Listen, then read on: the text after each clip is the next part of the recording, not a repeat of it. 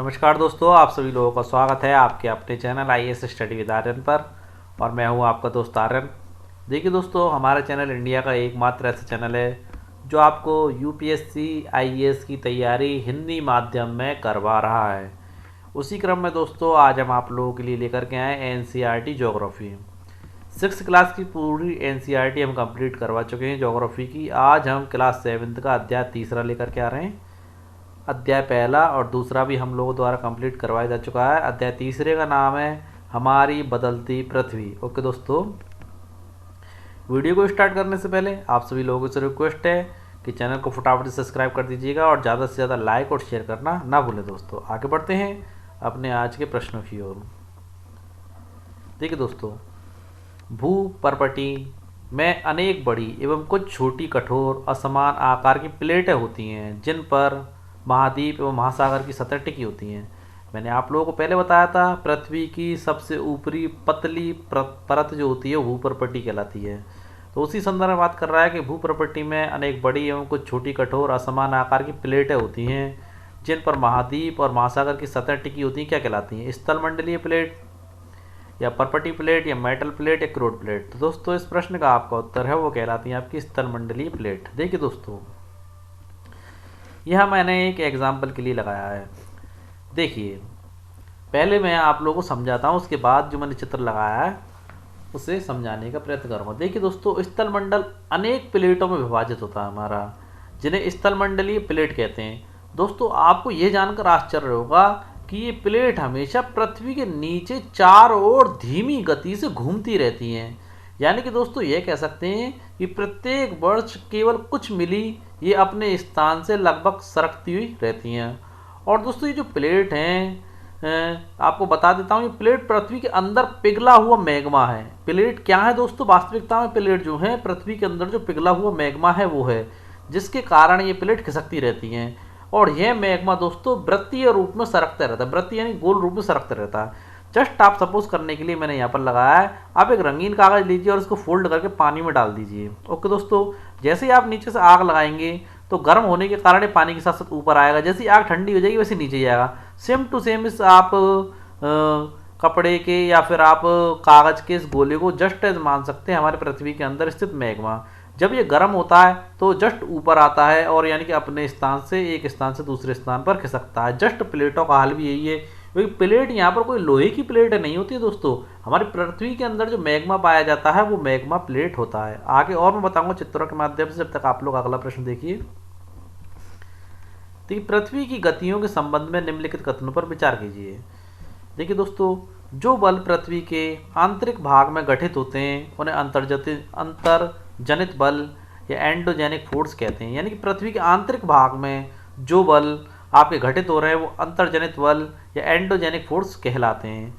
दोस्तों जो बल पृथ्वी की सतह पर यानी कि ऊपर की ओर उत्पन्न होता है उन्हें स्थलमंडलीय बल के नाम से जाना जाता है। तो दोस्तों यहाँ पर आपका ये वाला पॉइंट बिल्कुल गलत है कि जो बल हमारा पृथ्वी की सतह पर उत्पन्न होता है उसे बहिर्जनिक बल कहते हैं। कौन सा बल कहते हैं दोस्तों? बहिर्जनिक बल कहते हैं। आप लोग लिख लीजिएगा, वो आपका बहिर्जनिक बल कहलाता है। और दोस्तों अगर इंग्लिश की बात करें तो उसे एक्सोजेनिक फोर्स भी कहते हैं। क्या कहते हैं? Exogenic force. ओके दोस्तों, अब देखिए, अंतर्जनित बल कभी आस्मिक गति करते हैं तो कभी धीमी गति करते हैं। दोस्तों ये पॉइंट भी आपका बिल्कुल सही है। तो देखिए, पहला कथन असत्य है, दूसरा सत्य है। तो दोस्तों यहाँ पर दूसरा कथन असत्य है जबकि पहला और तीसरा सत्य है। आगे बढ़ते हैं, देखिएगा दोस्तों। देखिए दोस्तों, ये आपकी एंडोजेनिक फोर्स है। एंडोजेनिक फोर्स यानी कि आपकी जो आंतरिक पृथ्वी के अंदर जो आंतरिक गतियाँ होती हैं, क्रियाएं होती हैं, वो एंडोजेनिक फोर्स कहलाती है। और जो बाहर आ जाता है, जैसे कि लावा अंदर आपको दिख रहा है मैग्मा है, ये पिघला हुआ मैग्मा, ये प्लेटें होती हैं इधर से उधर खिसकती रहती हैं। मैंने आप लोगों को बता दिया था सबसे पहले आपकी पर्पटी आ जाती है, फिर उसके बाद मेटल आ जाता है, फिर उसके बाद क्रोड आ जाता है। क्रोड की आंतरिक होती है, बाहरी भी होती है और आंतरिक भी होती है। कल के चैप्टर में आप लोग बता चुका हूँ। और दोस्तों जैसे ये फट करके ज्वालामुखी के रूप में मैग्मा बाहर आ जाता है, बाहर आ जाना धुएं के रूप में, वायु और उसकी राख के रूप में, वो क्या कहलाता है? एक्सोजेनिक कहलाता है। यानी कि फिर वो आपकी क्या कहलाती है? बहिर्जनिक बल हो जाता है। बाहर आना आपका एक्सोजेनिक यानी कि बहिर्जनिक बल है। आगे बढ़ते हैं। देखिए दोस्तों, निम्नलिखित में से कौन सा बल पृथ्वी के अंतर्जनित बल के अंतर्गत नहीं आता? आकस्मिक बल, पटल विरूपण बल, भूकंप, ज्वालामुखी भूसंकलन, पर्वत निर्माणकारी बल या समुद्री तरंग। ओके दोस्तों, मैं आप लोगों को बता देता हूं दोस्तों, अंतर्जनित यानी पृथ्वी के अंतर आपके आकस्मिक बल तो होता ही है। जब आकस्मिक बल होता है तो दोस्तों क्या होता है, भूकंप भी आता है। आकस्मिक बल के कारण आपका भूकंप आएगा, ज्वालामुखी आएगा, भूसंकलन यानी कि धरती का फटना, भूकंप यानी कि धरती का हिलना, ज्वालामुखी यानी कि एक छिद्र में से आग का निकलना। और देखिए ये सारे के सारे आकस्मिक बल होते हैं जो अंतर्जनिक बल के कारण उत्पन्न होते हैं। और दूसरा पटल विरूपण बल, पटल यानी कि पृथ्वी के पटल का रूप परिवर्तित हो जाता है। तो ऐसा कैसे होता है? ऐसा आपका होता है पर्वत निर्माणकारी बल, यानी पर्वत का निर्माण कैसे होता है। तो दोस्तों पटल का रूप परिवर्तित कैसे होगा? जैसे कि दो प्लेटें आपस में टकरा रही हैं, ये भी और ये भी। तो दोस्तों जो भारी प्लेट होगी वो नीचे दब जाएगी और जो हल्की प्लेट होगी वो धीरे धीरे धीरे धीरे ऊपर की ओर चढ़ना चालू कर देती है। और दोस्तों ऐसी हल्की प्लेट के ऊपर चढ़ने के कारण हमारे हिमालय पर्वत का निर्माण हुआ है। ओके दोस्तों, अब देखिए समुद्र तरंग। देखिए समुद्र तरंग ये तो हमें बाहर दिखाई देती है दोस्तों, अंतर्जनित बल थोड़ी है ये। तो समुद्री तरंग आपका अंतर्जनित बल के अंतर्गत नहीं आता है। तो यहाँ पर आपका विकल्प 5वां गलत है, बाकी सारे के सारे सही हैं। आगे बढ़ते हैं। देखिए बहिर्जनित बल का निम्न में से एक उदाहरण नहीं है। अपर्दन, बहिर्जनित बल ये बाहर दिखाई देता। अपर्दन या निक्षेपण।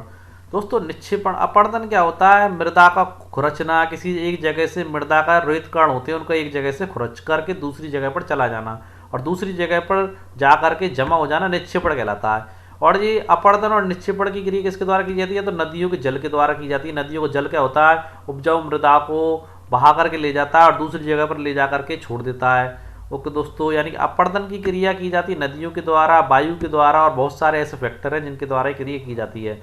एक जगह से ले जा करके खनिजों को, उपजाऊ चीज़ों को दूसरी जगह पर इकट्ठा कर देना अपर्दन और निक्षेपण कहलाता है। तो दोस्तों ये तो बहिर्जनित वाले यानी कि धरती पर हो रहे हैं, ये तो धरती के अंदर थोड़ी हो रहे हैं। नदी और बहता जल, ये भी दोस्तों धरती पर दिख रहा है, बल भी आपको नदियों द्वारा जल का बहता हुआ बहना ये भी आपको दिखता है। पवन दोस्तों, पवन भी धरती के अंदर नहीं बहती, ऊपर बहती है। समुद्री तरंगे भी समुद्र के ऊपर ही हैं। और हिमनद, हिमनदी भी आपको, हिमनदी यानी कि बर्फ की नदियाँ भी ऊपर दिखाई देती हैं। पर्वत का निर्माण, दोस्तों पर्वत का निर्माण जो है आपकी बहिर्जनित बल के अंतर्गत नहीं आती क्योंकि आंतरिक क्रिया है। दोस्तों ये आपकी आंतरिक क्रिया है, क्योंकि जब दो प्लेटें टकराएंगी तो भारी प्लेट नीचे चली जाएगी और हल्की प्लेट ऊपर की ओर बढ़ेगी तो पर्वत का निर्माण होगा। इसलिए यहाँ पर आपका ये वाला ऑप्शन गलत दे रखा है। आगे बढ़ते 5वां देखिए, भूपरपट्टी पर खुला एक छिद्र जिससे पिघले हुए पदार्थ अचानक निकलते हैं क्या कहलाते हैं? ब्लैक होल कहलाते हैं, लावा कहलाते हैं, ज्वालामुखी या भूमिगत। मैंने आप लोगों को बताया ऐसा छिद्र जिससे पिघले हुए पदार्थ मैग्मा बाहर निकलता है, ज्वालामुखी कहलाता है। क्या कहलाता है दोस्तों? ज्वालामुखी कहलाता है। देखिएगा, देखिए दोस्तों ये ज्वालामुखी उद्गार है, यहाँ से ज्वालामुखी निकल रहा है, गैस भी निकलती है इसके साथ और राख भी निकलती है। ये आपकी परपट्टी यानी कि ऊपरी परत, उसके बाद आ जाती है मेटल, उसके बाद आ जाता है आपका क्रोड। ओके दोस्तों, ये हमारा मैग्मा है। ओके दोस्तों, ये लावा है। अब देखिए पृथ्वी की गतियाँ कितने प्रकार की होती हैं, वैसे मैं आप लोगों को बता चुका हूँ, फिर दोबारा से बता देता हूँ। पृथ्वी की गतियों का दो कारण जिम्मेदार होते हैं, एक तो अंतर्जनित बल होते हैं जो पृथ्वी के अंदर लगता है और बहिर्जनित बल जो पृथ्वी के बाहर लगता है। अंतर्जनित बल भी दोस्तों दो प्रकार के होते हैं, एक तो आकस्मिक बल। आकस्मिक बल में जैसे कि भूकंप आ जाता है, अचानक ज्वालामुखी आ जाता है और भूसंकलन यानी पृथ्वी फटती है। पटल विरूपण यानी पटल जो पृथ्वी की सतह होती है उसको रूप परिवर्तित होता है, जैसे कि पर्वत के निर्माण के कारण। और बहिर्जनित बल आप लोगों को मैंने बता दिया, एक जगह से मृदा या फिर खनिज पदार्थों का ला करके दूसरी जगह पर निक्षेपण कर देना, यानी कि ये गड्ढा है। और मैंने यहाँ पर नदियों द्वारा बहा करके लाए गए बहुत सारे पदार्थ हैं, कीचड़ हैं, खनिज पदार्थ होते हैं, उसके अंदर एक जगह पर इन्होंने निक्षेपित कर दिया और एक नई भूमि का निर्माण कर दिया गया। तो अपर्दन यानी कि ला करके डाल, अपर्दन लेकर के आना अपर्दन है, और एक जगह पे इकट्ठा करना निक्षेपण कहलाता है। तो ये तो ऊपर दिखाई दे रहा है यानी कि बहिर्जनित बल है। नदी का बहता जल भी दिखता है, पवन भी आपको पृथ्वी पर ही बहती है, समुद्री तरंगे भी और हिम नदी भी। ओके दोस्तों, आगे बढ़ते हैं। देखिए दोस्तों, ये मैंने भूपरपट्टी यानी कि पिछले चैप्टर में जो मैंने बताया था उसे दोबारा रिपीट करने के लिए लगाया, क्योंकि ये दोनों चैप्टर कोरिलेट हैं आपस में। ठीक है, भूपरपट्टी ऊपरी परत को कहते हैं, फिर मेटल ये वाला हिस्सा है, फिर बाहरी कोण और आंतरिक कोण। ओके दोस्तों, और ये देखिए मैंने बताया था महाद्वीपीय परिपट्टी यानी कि परिपट्टी, महाद्वीपीय परिपट्टी जो आपकी महाद्वीपीय परिपट्टी की गहराई कितनी मानी जाती है? 35 किलोमीटर तक मानी जाती है। और महासागरीय परिपट्टी की जो गहराई आपकी मानी जाती है 5 किलोमीटर तक मानी जाती है। ओके दोस्तों, आगे बढ़ते हैं। देखिए प्रश्न नंबर 6, भूकंप के संदर्भ में निम्नलिखित कथनों पर विचार कीजिए। किसके संदर्भ में विचार करने के लिए कह रहा है? भूकंप के संदर्भ में। तो देखिए, स्थलमंडलीय प्लेटों की गति के कारण पृथ्वी की सतह पर जो कंपन होता है भूकंप कहलाता है। बिल्कुल दोस्तों, स्थलमंडल के जो अंतर्गत प्लेट हैं, यानी कि जो मैग्मा है वो एक स्थान से दूसरे स्थान पर सरकता है, तो उसकी गति के कारण पृथ्वी की सतह पर जो कंपन उत्पन्न होता है उसे भूकंप कहा जाता है। ओके दोस्तों, और एक बात और बता देता हूँ दोस्तों, ये कंपन पृथ्वी के चारों ओर गति कर सकता है। ऐसा नहीं है कि पृथ्वी के अंदर कंपन हो रहा है तो कहीं पर भी ऊपर की तरफ आ सकता है, जरूरी नहीं है वो इंडिया में उसका असर दिखाई दे, अमेरिका में भी दिखाई दे सकता है, नेपाल में भी दे सकता है। उस कंपन का जो असर है पृथ्वी के चारों ओर गति कर सकता है, कहीं भी कर सकता है। यही कंपन दोस्तों क्या कहलाता है? भूकंप कहलाता है। ओके दोस्तों, देखिएगा, भूपरिपट्टी के नीचे वह स्थान जब कंपन आरंभ होता है उद्गम स्थल कहलाता है। दोस्तों, भूकंप जैसे यहाँ से चालू हुआ तो ये कहीं पर भी गति कर सकता है, किसी भी सब जगह पर गति कर सकता है, परंतु पृथ्वी की ऊपरी सतह ही हमारी, इस सतह से जितना पास इसका जो स्थल होगा, आरंभिक स्थल होगा, वो उद्गम केंद्र कहलाता है। जहाँ जैसे कि इंडिया में ऊपर इसने मतलब जा तो कहीं भी सकता है, परंतु सपोज करिए इंडिया में ये आया और इंडिया में इसने दिल्ली के पास इसने अपना आरंभ करा कार्यक्रम, तो जो उद्गम स्थल होता है, शुरुआत होती है इसकी, वो उद्गम स्थल कहलाता है। आगे मैंने चित्र लगाया उसे आप देख सकते हैं। देखिए, उद्गम केंद्र के भूमि की सतह पर निकटतम स्थान को, सबसे पास का जो स्थान होता है वो अधिकेंद्र कहलाता है। यहाँ से उत्पत्ति हो रही है दोस्तों इसकी, वो तो इसका कहला रहा है उद्गम केंद्र, और पृथ्वी की सतह पर जो सबसे अधिक पास केंद्र है वो अधिकेंद्र कहलाता है। अधिकेंद्र से दूरी बढ़ने के साथ भूकंप की तीव्रता बढ़ जाती है, जबकि दोस्तों ये चीज़ गलत है। जब हमारा भूकंप का, देखिए, दो चीज़ें होती हैं, एक तो उद्गम स्थल, यहाँ से शुरुआत हुई तो ये किसी भी कोने में जा सकता है, ऑल ओवर दी वर्ल्ड। अब देखिए, सपोज करके चलिए ये आपका इंडिया में आ गया, तो अधिकेंद्र उद्गम तो ये हो गई शुरुआत का केंद्र, तो इंडिया में आकर के दिल्ली के पास इसने शो करा और यहाँ से ये ऊपर की तरफ गया, तो ये जो केंद्र है इसका ये अधिकेंद्र है। क्या है दोस्तों? अधिकेंद्र। क्या कहलाया? अधिकेंद्र कहलाया। अब दोस्तों, अधिकेंद्र से जितनी दूरी बढ़ेगी उतना पृथ्वी आपकी ये रही, यानी कि स्थलमंडल आपका ये रहा, यानी कि दूरी जितनी ज़्यादा होगी उतना कम इफेक्ट करेगा पृथ्वी के माहौल को, यानी कि बिल्डिंगें कम करेंगी। तो यहाँ पर ये कथन आपका गलत दे रखा है कि अधिकेंद्र दूरी बढ़ने के साथ भूकंप की तीव्रता बढ़ती नहीं है दोस्तों, घट जाती है। जितनी ज़्यादा दूरी होगी उतनी पृथ्वी पे जो बिल्डिंग्स और कंस्ट्रक्शन हुए वो सुरक्षित रहेंगी। तो यहाँ पर हमारा कथन चौथा असत्य है, और मैंने देखिए यहाँ पर समझाने के लिए लगाया हुआ भी है। देखिए, उद्गम केंद्र ये रहा, यहाँ से पृथ्वी के किसी भी कोने में जा सकता है। ओके दोस्तों, उद्गम केंद्र से सपोज करके चलो यहाँ दिल्ली में इसका अधिकेंद्र बना, यानी कि यहाँ पर इसने शो करा, तो यहाँ से शो कर रहा है दोस्तों, दिल्ली पर शो कर रहा है, तो ये तो इसकी प्लेट सीमा है, तो दिल्ली पर शो कर रहा है दोस्तों, यहाँ पर इसका सबसे ज़्यादा अधिकेंद्र है। तो आप लोग समझ ही सकते हैं, तो ऊपर की तरफ सबसे ज़्यादा बिल्डिंग पर जहाँ होंगी सबसे ज़्यादा प्रभाव इसी क्षेत्र में रहेगा, अधिकेंद्र के क्षेत्र में। और देखिए, भूकंप की तरंगें सभी दिशाओं में बाहर की ओर निकलती हैं, यानी सारी दिशाओं में बाहर की ओर ये तरंगें निकलती रहती हैं। आगे बढ़ते हैं अगले प्रश्न की ओर, देखिएगा। क्वेश्चन नंबर 7, निम्नलिखित में से कौन सी तरंग भूकंपीय तरंग नहीं है? पी तरंगे अथवा अनुदैर्घ्य तरंगे, एस तरंगे अथवा अनुप्रस्थ तरंगे, एल तरंगे अथवा पृष्ठीय तरंगे, एक्स तरंगे। तो दोस्तों, भूकंपीय तरंगे 3 प्रकार की होती हैं, पी, एस और एल, और एक्स तरंगे आपकी भूकंपीय तरंगे नहीं होती हैं। ओके दोस्तों, ये रेडियो एक्टिव किरणें होती हैं। इस प्रश्न का भी जो 3 किरणें होती हैं कैसी होती हैं ये मैं आपको नेक्स्ट पेज पर बताऊंगा। जब तक आप प्रश्न नंबर 8वां देखिए, निम्नलिखित में से भूकंप की संभावना का अनुमान लगाने का सही तरीका क्या है? जानवरों के व्यवहार का अध्ययन करना सही तरीका नहीं है। क्या कह रहा है? निम्नलिखित में से भूकंप की संभावना का अनुमान लगाने का सही तरीका नहीं है। तो दोस्तों, भूकंप की संभावना का अनुमान एब्सोल्यूट तो लगाया नहीं जा सकता, परंतु कुछ चीज़ें हैं जिनसे भूकंप की संभावना का अंदाजा लगाया जा सकता है। जैसे कि जानवरों के व्यवहार का अध्ययन करें तो भूकंप आने की सूचना मिल सकती है पहले ही। तालाब में मछली छटपटाने लगती है, अगर भूकंप आने वाला होता है तो उससे भी हम पता कर सकते हैं कि कुछ ना कुछ भूकंप आने वाला है। सांप दोस्तों अपनी गुफाओं से निकल करके, अपने होलों से, गुफा नहीं, अपने होलों से, होल छिद्रों से निकल करके पृथ्वी पर आ जाते हैं, क्योंकि धरती में कंपन होता है, उस चीज़ को सांप महसूस कर लेते हैं और धरातल पर आ जाते हैं। इससे भी हम पता कर सकते हैं कि भूकंप आ सकता है। मानवीय व्यवहार में दोस्तों, मानवीय व्यवहार में कोई परिवर्तन नहीं आता, मानव को तो तभी पता पड़ता है जब भूकंप आ जाता है। तो यहाँ पर यही तरीका गलत दे रखा है। यहाँ देखिए दोस्तों, पी तरंगे, जैसे अनुदैर्घ्य तरंगे भी कहते हैं, ये कुछ इस प्रकार की होती है, स्प्रिंग टाइप की। देखिए दोस्तों, किसी स्प्रिंग के एक सिरे को किसी दृढ़ से बांधकर तथा दूसरे सिरे को हाथ से खींचने पर जिस प्रकार की तरंगनुमा चीज उत्पन्न होती है ना, उन्हें अनुदैर्घ्य तरंगे कहते हैं। और ये तरंगे आपको देखिए वायु में उत्पन्न वायु तरंगे, यानी कि हवा में जो तरंगे उत्पन्न होती हैं, हवा तेज चलती है जब, तो उस प्रकार की तरंगे अनुदैर्घ्य तरंगे होती है। एग्जाम्पल के तौर पर बताने का प्रयास किया है मैंने। और देखिए, एस तरंगे अनुप्रस्थ तरंगे कैसी होती हैं, ये इस प्रकार की होती हैं दोस्तों। देखिए शांत जल के तालाब में पत्थर फेंकने पर जल में जिस प्रकार की लहरें आती हैं ऊंची नीची वो आपकी अनुप्रस्थ तरंगें कहलाती हैं। अब देखिए एल तरंगें क्या होती हैं, एल तरंगें पृष्ठीय तरंगें, ये तरंग की गति से संबंधित होती हैं। पृष्ठीय तरंगें आपकी ये एल तरंगें होती है पृष्ठ की गति से संबंधित होती है, तरंग की गति से संबंधित होती हैं। ओके दोस्तों आगे बढ़ते हैं। प्रश्न नंबर 9, भुज गुजरात में भूकंप कब आया था? बड़ा इंपॉर्टेंट क्वेश्चन दोस्तों। 26 जनवरी 2001 में आया था, 26 जनवरी 2001 में आया था, 26 मार्च 2000 में आया था, 28 जनवरी 2001 में आया था। तो दोस्तों मैं आप लोगों को बता देता हूँ, भुज में आपके जो गुजरात में स्थित है वो 26 जनवरी 2001 को भूकंप आया था, जिसका चित्र मैंने नेक्स्ट पेज पर लगाया है। उसके संदर्भ में ये भी बताया गया कितने रिएक्टर स्केल का भूकंप आया था। देखिए जब तक 10वें नंबर का प्रश्न, भूकंप की तीव्रता को मापने वाले यंत्र का क्या नाम है? दोस्तों फैक्ट का प्रश्न और काफी महत्वपूर्ण है। अल्टीमीटर, भूकंप लेखी, स्टेथोस्कोप या ऑडियोमीटर? तो दोस्तों आप लोगों को बता देता हूँ, भूकंप की तीव्रता को नापने वाले यंत्र का नाम है भूकंप लेखी। और दोस्तों जब यह ऑप्शन आपके दे ही रखें ऑल्टीमीटर, तो मैं इसके विषय में भी आप लोगों को बता देता हूँ।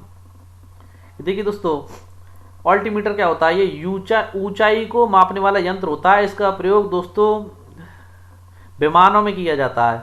और दोस्तों अगर आप बात करें ऑडियोमीटर की, ऑडियोमीटर के संदर्भ में ही बता देता हूँ। ऑडियोमीटर ये ध्वनि की तीव्रता को मापता है। और स्टेथोस्कोप तो आप लोग देखते ही हैं डॉक्टरों के पास। अब देखिए प्रश्न नंबर 11, विश्व का सबसे ऊंचा जलप्रपात कहाँ स्थित है एवं कौन सा है? बड़ा महत्वपूर्ण क्वेश्चन है दोस्तों। विश्व का सबसे ऊंचा जलप्रपात कहाँ स्थित है एवं कौन सा है? दक्षिण अमेरिका का साल्टो एंजिल, या दक्षिण अफ्रीका का तुगेला, या कैलिफोर्निया का योसेमाइट, या निम्नलिखित में से कोई नहीं? तो दोस्तों मैं आप लोगों को बता देता हूँ, विश्व का सबसे ऊंचा जलप्रपात आपका दक्षिणी अमेरिका यानी कि साल्टो, दक्षिण अमेरिका में स्थित साल्टो एंजिल है। कौन सा है दोस्तों?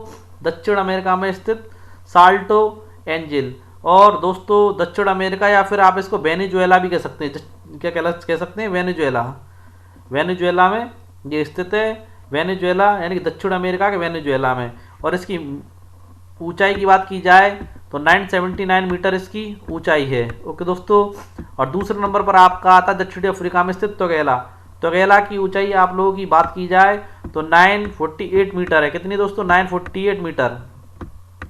और कैलिफोर्निया में जो योसेमाइट है, इसकी ऊंचाई भी मैं आप लोगों को बता देता हूं, इसकी ऊंचाई है 746 मीटर। ओके दोस्तों। जलप्रपात क्या होता है?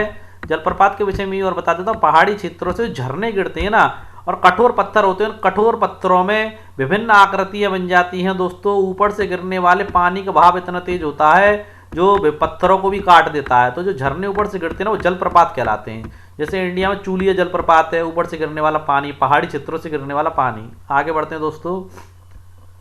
देखिए भूकंप का मैंने जानकारी लगाई। देखिए भुज में भूकंप के झटके आए थे जब अखबार की कटिंग है, तो 26 जनवरी 2001 को भुज शहर में रिएक्टर स्केल में 6.9 तीव्रता का भूकंप आया था। स्कूल भी प्रभावित हुए थे दोस्तों, शहर में आग भी लग गई थी।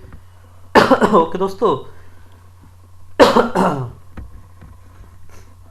ये देखिए दोस्तों अगला प्रश्न, ये प्रश्न नंबर 12, भूकंप की तीव्रता के संबंध में निम्नलिखित कथनों पर विचार कीजिए। देखिए भूकंप की तीव्रता 2.2 अथवा उससे कम होती है तो इसका प्रभाव नहीं के बराबर पड़ता है, जो कि बिल्कुल फैक्ट की बात और सही है। भूकंप की तीव्रता 5.0 होती है तो वस्तुओं के गिरने से क्षति पहुंचती है। दोस्तों अगर भूकंप की तीव्रता 5.0 है तो आपकी टेबल पर रखे हुए फल भी गिर सकते हैं, और आपके किचन में रखे हुए बर्तन भी गिर सकते हैं, और आपका पानी का भरा हुआ गिलास भी गिर सकता है। ओके दोस्तों। यदि भूकंप की तीव्रता 6.0 या उससे अधिक होती है तो वो शक्तिशाली भूकंप माना जाता है, और जिनकी नींव कमजोर होती है दोस्तों वो बिल्डिंग गिरने की पूरी संभावना रहती है। परंतु दोस्तों भूकंप की तीव्रता जैसी 6.0 से आगे बढ़ती है तो दोस्तों वो भूकंप विनाशकारी कहलाता है। उसमें आपके शहर में जितनी भी बिल्डिंग्स हैं वो पूरी संभावना है कि वो बिल्डिंग गिर सकती हैं और काफ़ी विनाश हो सकता है।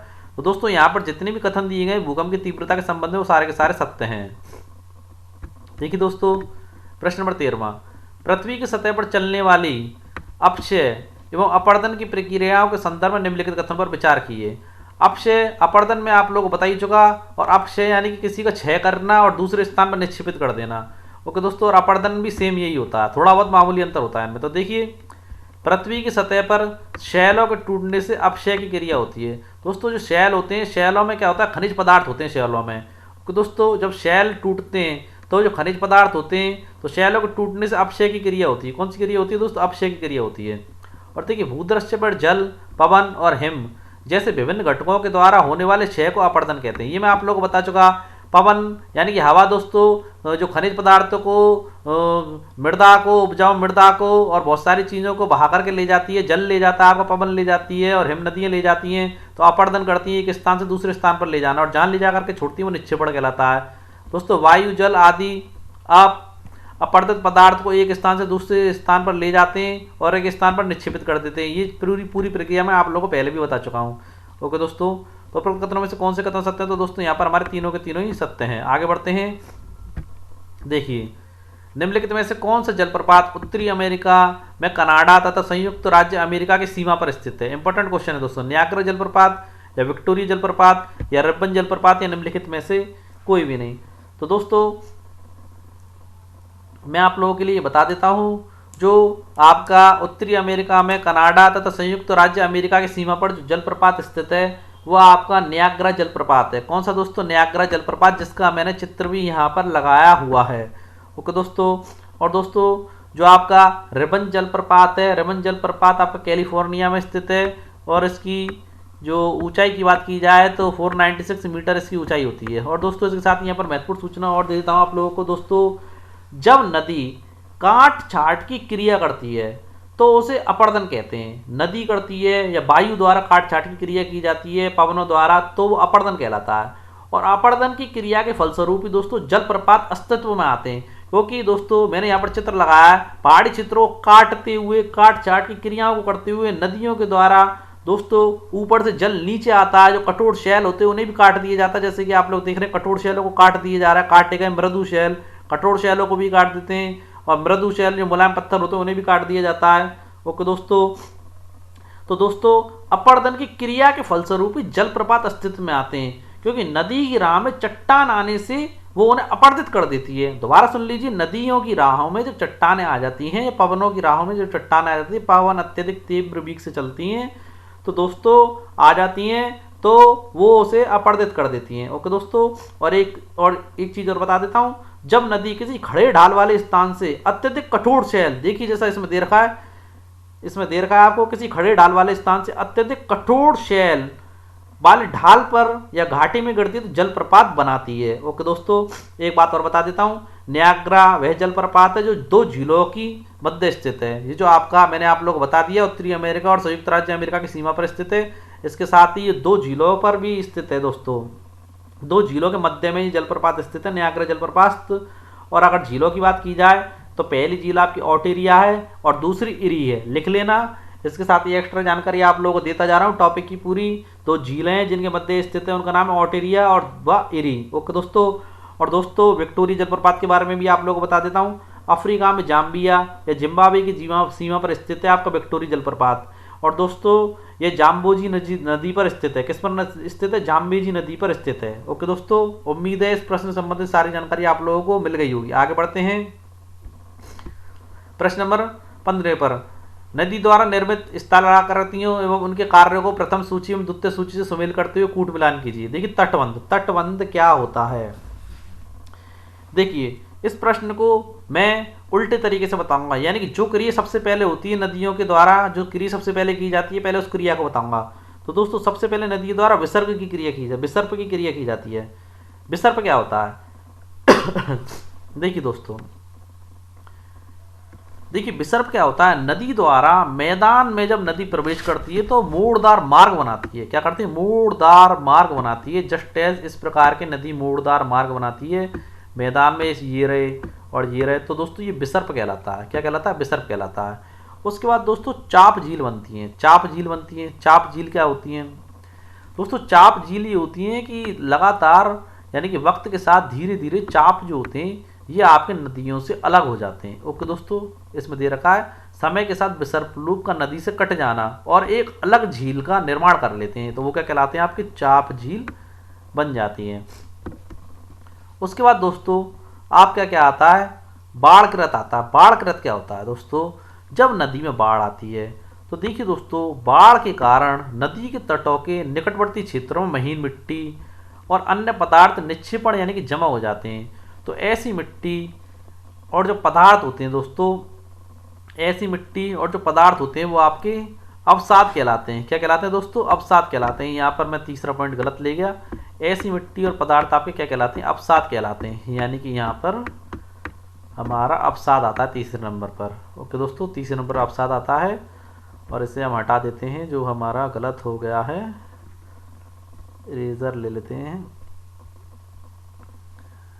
ऑटोमेटिक।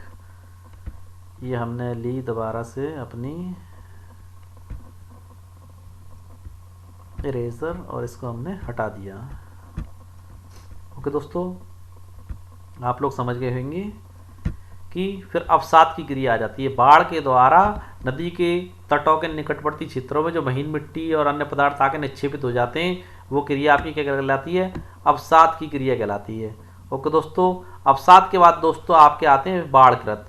अवसाद से समतल उपजाऊ मैदान का निर्माण होता है। किसका निर्माण होता है? उपजाऊ समतल मैदान का निर्माण होता है, वो आपके बाढ़कृत कहलाते हैं। बाढ़ द्वारा तैयार किया गया उपजाऊ मैदान आपका क्या कहलाता है? समतल मैदान। और दोस्तों तटबंध क्या है आपके? तटबंध सबसे लास्ट में बनते हैं। नदी के उत्थित तटों को तटबंध कहते हैं। ओके दोस्तों, यहाँ अगर ऑप्शनों की बात की जाए तो आपका पहले का 5वां यहाँ कहीं पर दिया ही नहीं हुआ है, और वास्तविकता में जो चीज़ है मैंने आप लोगों को पहले ही बता दी है।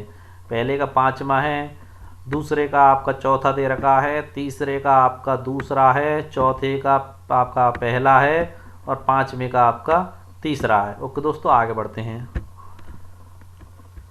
देखिए, ये तो बाढ़ का मैदान है और मैंने आप लोगों को बताया नदी जब मैदानों में आती है तो लहरदार चलती है, तो ये विसर्प हो गए आपके, और ये अलग हो जाता है समय के साथ साथ, तो ये चाप झील हो जाती है और ये तटबंध बनाती है। ओके दोस्तों, आगे बढ़ते हैं। देखिए दोस्तों, प्रश्न नंबर 16, नदी के संबंध में वितरिका क्या है? वितरिका के संदर्भ में पूछ रहा है। देखो, नदियों तक पहुँचते पहुँचते हिमालय से निकली धाराओं का धीमा पड़ जाना, तो दोस्तों ये चीज़ बिल्कुल गलत है। खेतों तक पहुँचते पहुँचते नदियों की धाराओं का धीमा पड़ जाना और उसकी धाराओं और उसके अनेक धाराएं विभाजित हो जाना, ये भी गलत है दोस्तों। समुद्र तक पहुँचते पहुँचते नदी के प्रवाह का धीमा हो जाना और नदी का अनेक धाराएं विभाजित हो जाना, दोस्तों ये चीज़ बिल्कुल सही है। समुद्र तक पहुँचते पहुँचते हमारी नदियों का जो प्रवाह होता है वो धीमा पड़ जाता है और नदी अनेक धाराओं में विभाजित हो जाती है, और नदी बहुत ही धीरे चाल से चलती है। तो वहाँ जो भी नदी द्वारा जो पदार्थ लेकर के जाए जाते हैं, अवसाद जो होता है, कीचड़ होता है, उपजाऊ मिट्टी होती है, जो महत्वपूर्ण चीज़ें होती है, उन्हें निक्षेपित कर दिया जाता है। ओके दोस्तों, आगे देख पाएंगे आप इस चीज़ को भी। देखिए, मैंने चित्र लगाया उसका भी। देखिए, नदी के संबंध में वितरिका क्या है? तो ये चीज़ आपकी वितरिका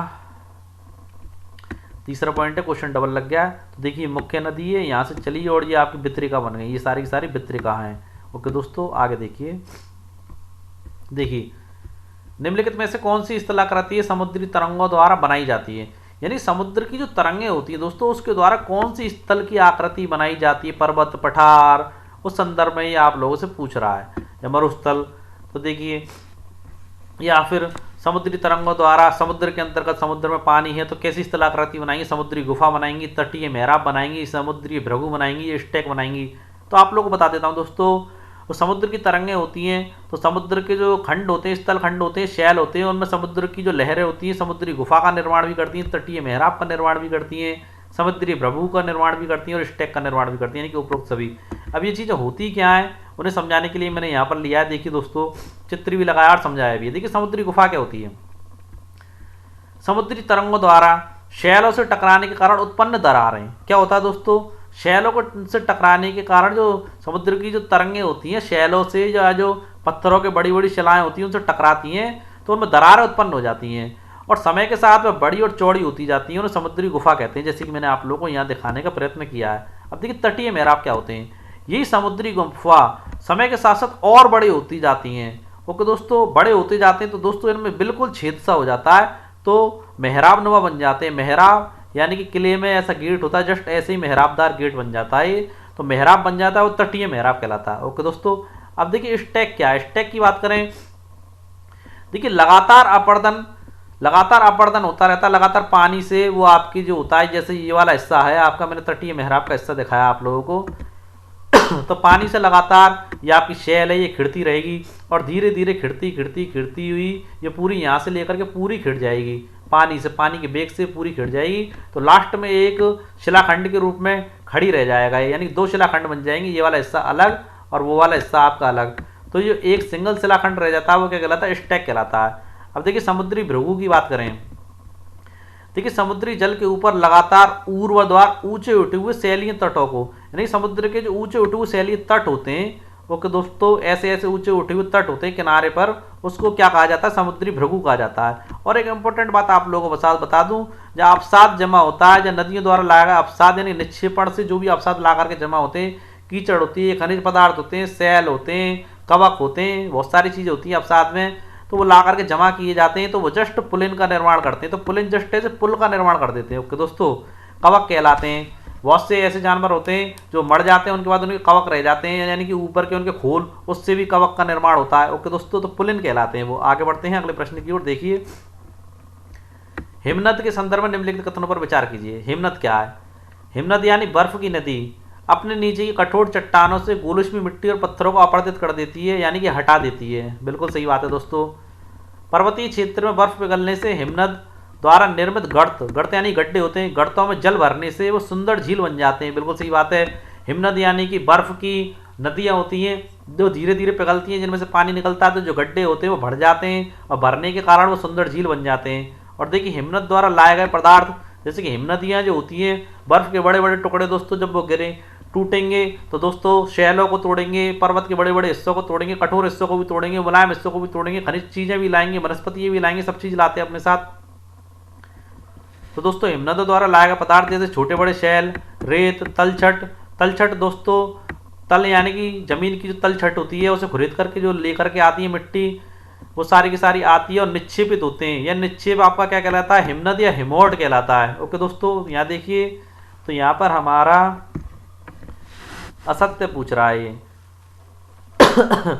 तो देखिए हिमोट का निर्माण करते हैं, तो यहाँ पर असत्य हमारा, उपरोक्त सभी सत्य हैं दोस्तों, यहाँ पर कोई भी असत्य है ही नहीं है। ओके दोस्तों, यहाँ पर हमारे सारे के सारे ही जो कथन यहाँ पर दिए गए हैं, तीनों के तीनों वो हमारे यहाँ पर सत्य हैं। आगे बढ़ते हैं। देखिए छत्रक शैल किसे कहते हैं दोस्तों? छत्रक शैल मरुस्थल में बनते हैं। रेत के छत्र, यानी कि छत्र क्या होता है, एक मुकुटनुमा चीज होती है, जस्ट ऐसे एक छत्र सिर पर पहना दिया गया हो या रख दिया गया हो, तो छत्रनुमा चीज मरुस्थल में रेत से बनती है, तो छत्रक शैल कहलाते हैं। देखिए मरुस्थल में पवन चलने पर वह अपने साथ रेत को एक स्थान से दूसरे स्थान पर ले जाती है।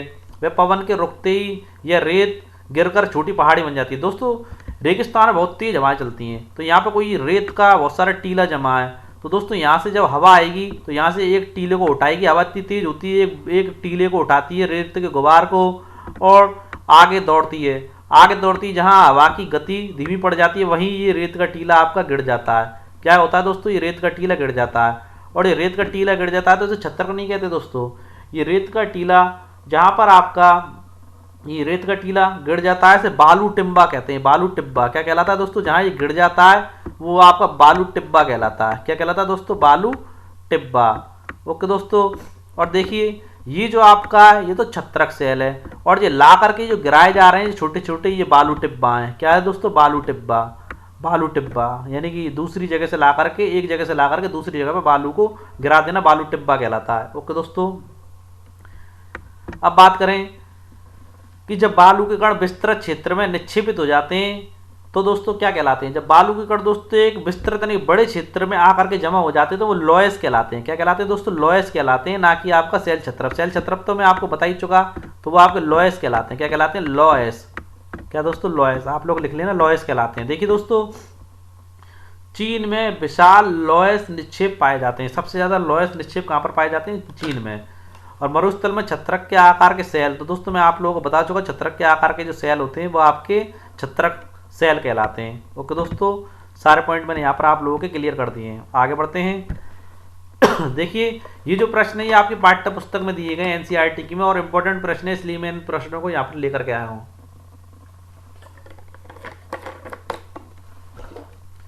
प्रश्न नंबर 21 में निम्नलिखित में से कौन सी समुद्र तरंग की विशेषता नहीं है? कौन सी समुद्र तरंग की विशेषता नहीं? शैल, किनारा, समुद्री गुफा। तो दोस्तों शैल जो है वो आपकी समुद्री तरंग की विशेषता नहीं है, और समुद्री तरंगों में आपका किनारा भी आ जाता है और समुद्री गुफा भी आ जाती है। हिमनद की निक्षेपण विशेषता है क्या? बाढ़कृत मैदान, पुलिन या हिमोट? तो दोस्तों हिमनद की बात कर रहा है। हिमनद में दोस्तों आप लोग जानते ही हैं कि हिमनद में अपर्दन भी होता है, निक्षेपण भी होता है। और दोस्तों जो आपका सबसे पहले तो यही चीज़ बता देता हूँ, जो बाढ़कृत मैदान है आपका नदी के कार्य के अंतर्गत आता है, क्योंकि नदियाँ अपर्दन करके लाती हैं, निक्षेपण करके लाती हैं, तो ये तो आपके हिमनद के अंतर्गत आ ही नहीं सकता। और अगर पुलिन की बात करें तो पुलिंद जो होता है समुद्री किनारों पर अवसाद जो जमा कर दिया जाता है और उससे दोस्तों समुद्री पुलिन का निर्माण करती है, तो पुलिन आपकी समुद्र से संबंधित है। अब बात आती है आपकी हिमोड। हिमोड क्या होता है दोस्तों? हिमनद के द्वारा लाए गए छोटे बड़े शैल, रेत, तलछट, मिट्टी, निक्षेपण को हिमनद हिमोड कहते हैं। तो हिमनद की निक्षेपण विशेषता आपकी हिमोड ही है। ओके दोस्तों, 30वां देखते हैं, पृथ्वी की आकस्मिक गतियों के कारण कौन सी घटना होती है, यानी कि अचानक की गतियों द्वारा कौन सी घटना होती है। तो दोस्तों ये तो आप लोग जानते हैं, ज्वालामुखी की घटना होती है। छत्रक शैली पाई जाती है, तो रेगिस्तान में पाई जाती है, जस्ट अभी बताया आपको। चाप झील यहाँ पाई जाती है, हिमनद में, नदी घाटी में। तो दोस्तों आप लोग जानते ही है, चाप झील मैंने आप लोगों को थोड़ी देर पहले बताई, जो समतल मैदान में जब नदियाँ आती हैं तो ऐसे निर्माण करती हैं विसर्प का। और दोस्तों जब ये मोड़ जो होते हैं चाप झील अलग हो जाती हैं और झीलों का निर्माण कर लेते हैं समय के साथ साथ, तो चाप झील कहलाती हैं। तो किस में पाई जाती है? नदी घाटी में पाई जाती हैं। आगे बढ़ते हैं, देखिए निम्नलिखित स्तंभों को मिलाकर सही जोड़े बनाइए। देखिए हिमनद के संदर्भ में मैं आप लोगों को बता देता हूँ, हिमनद कहाँ बनता है दोस्तों? बर्फ की नदी होती है वहीं हिमनदी बनती है। विसर्प के बारे में मैं आप लोगों को काफ़ी और बता चुका हूँ, तो नदी जो मैदान में बहती है, तो दोस्तों नदियों से संबंधित है आपका विसर्प जो है। ओके दोस्तों, पुलिन की बात करें तो पुलिन में दोस्तों अवसाद द्वारा ला करके इकट्ठा कर दिया जाता है, यानी कि समुद्री तट पुलिन में आ जाएगा। और बालू टिब्बा मैंने आप लोगों को बताया, ये रेगिस्तान में मिलेगा आपको। कहाँ मिलेगा? रेगिस्तान में। और जलप्रपात कहाँ होता है दोस्तों? जलप्रपात आपका कठोर संस्तरण शैल पर आकर के गिरता है, कठोर पत्थर की चट्टानों पर ऊपर से आकर के गिरता है, वो जलप्रपात बनता है। भूकंप क्या होता है? भूकंप आपका जब पृथ्वी का जो कंपन होता है वो भूकंप कहलाता है। ओके दोस्तों, और देखिए शैल छत्रक के बारे में आप लोग बता ही चुका। समुद्र में आपके मरुस्थल में ऐसे शैल के टीले होते हैं, वो शैल छत्रक कहलाते हैं।